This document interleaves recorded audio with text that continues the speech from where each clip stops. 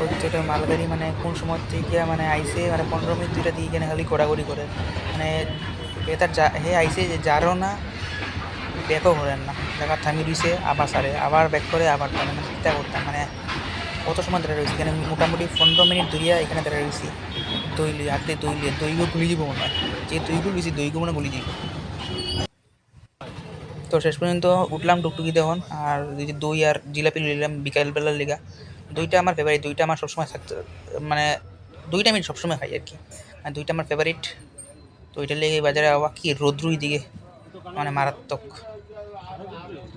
তখন যাই আর ঘরে